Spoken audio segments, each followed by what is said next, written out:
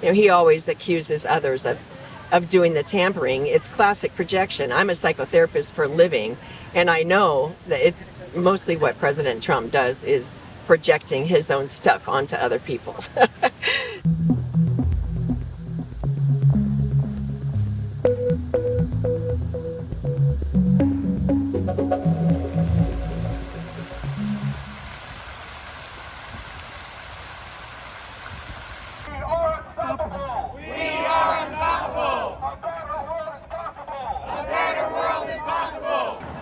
Today's protest was organized to stand up for voting rights in honor of John Lewis, who coined the phrase "good trouble." What does that mean to you personally? Well, I think John Lewis is a remarkable American hero who worked very hard for voting rights for all people, but particularly for people who had been denied for many years. And I think good trouble is us all trying to have at least some courage to come out and demand that our voting rights continue to be secure for everybody, and that's good trouble.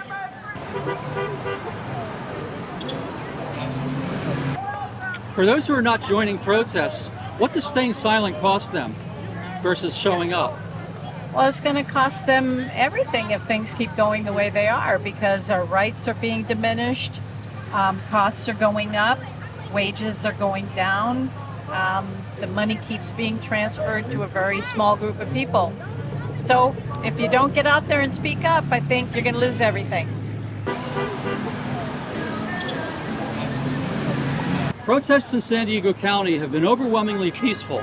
However, we've seen protests in other cities turn violent, resulting in injuries and, unfortunately, in some cases, deaths. Who do you think's causing the violence? Do you think it's protesters, or do you think that law enforcement may be playing a role? Well, certainly the Trump administration has set a tone that violence seems to be more acceptable and legitimized, normalized now, and especially racist violence. So I can't ignore that. We look at that, and we know that ISIS tactics have been anything but kind and even basic in terms of respecting due process of law, which they don't respect. And they've been unhinged, and now there's no accountability also. So I think because ICE officers are getting away with not only just beating up people of color, but killing them now on the streets as they're driving their cars, as they're going to work, as they're picking up workers to just, all they want to do is work. They'll dance until morning while they're out their story.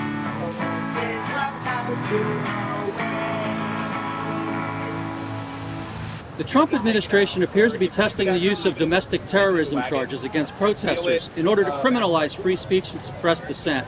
Will you let these tactics stop you from speaking out? Never, not at all. We have the right to speak out, the right to free speech, and it's also extremely sad what he's doing to the media. CBS News, 60 Minutes is basically decimated now. They're going after free speech because he doesn't want to be criticized, and that's not free speech to not allow criticism of anyone, of any policy. In the past week, there have been 4 ICE-related deaths. These include shooting deaths during traffic stops in Texas and Maine, a man struck and killed by a tractor-trailer after being chased by ICE in Florida, and a man who died in custody while being transported between ICE facilities in Georgia.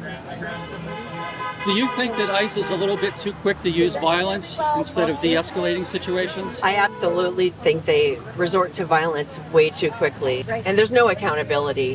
That seems to be allowed in the current administration, with DHS, so it's really, really sad and tragic. I can't believe our country's here. I really can't. The men who were killed in Texas and Maine were not the targets of the investigation, as it turns out. Like many other shootings, they were either misidentified or chosen at random. Do you think ICE agents are being provided with proper law enforcement training and procedures? Absolutely, they're not receiving proper training about procedures. Absolutely not. And their training is very limited. I heard in one case it was 30 days or something like that. And yeah, so no, and they don't follow proper law enforcement protocol, which is to, not shoot first, identify, find out the identity of the person, bare minimum, first of all, and then proceed from there. if there are any warrants, or judicial warrant is what's needed in these cases, but they don't check for those. It seems to be random killing, random, just brutal tactics, just completely brutal tactics. In the case of both shooting deaths, ICE claimed the victims weaponized their vehicles. This is the same excuse they have used in previous shootings, and in every instance, the claim's been debunked by witnesses. Can ICE be trusted to tell the truth, or should they be required to use and wear body cameras at all times to monitor their actions? I think they should be required to wear body cams. They're not. They were supposed to be, and they're not. They're still not. And those incidences were not. They were not threatened. Their lives, their safety was not threatened. Those cars, the one one of them was just parked when he was killed and outside on the ground. They already had him on the ground. The Texas shooting. And then in Maine, they shot him first, and then the car was just rolling very slowly. It's just horrible. It's just horrible and sickening what they're doing, taking lives so easily and quickly. The ICE agent who killed the man in Maine was known to have serious mental health issues and a history of violent behavior, including violence against women.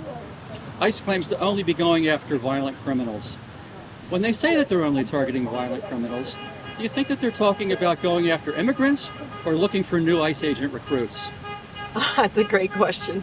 Yeah, they are just going after people of color. Plain and simple. People of color, mostly primarily men, but women as well. And any immigrants, not necessarily of brown skin color, but yeah. Do you think that ICE is doing enough or even anything to screen violent criminals out of its own ranks? I don't think they're doing that at all. Donald Trump delivered a speech to the nation the other night, during which he once again claimed that the 2020 election was rigged. He based his assertion on a series of previously debunked claims and provided no new verified evidence. Do you think this speech was a precursor for his own plan to interfere in the 2026 midterm election? And if so, what can citizens do to stop it?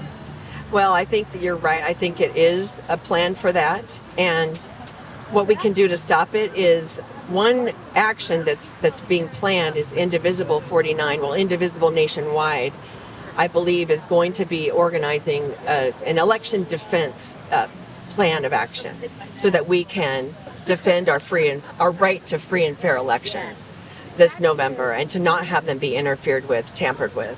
He always accuses others of doing the tampering. It's classic projection. I'm a psychotherapist for a living, and I know that mostly what President Trump does is projecting his own stuff onto other people.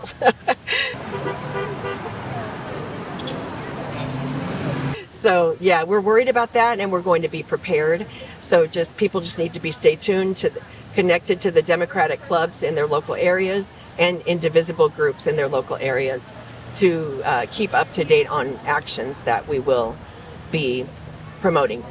So just call on me, brother, when you need a hand.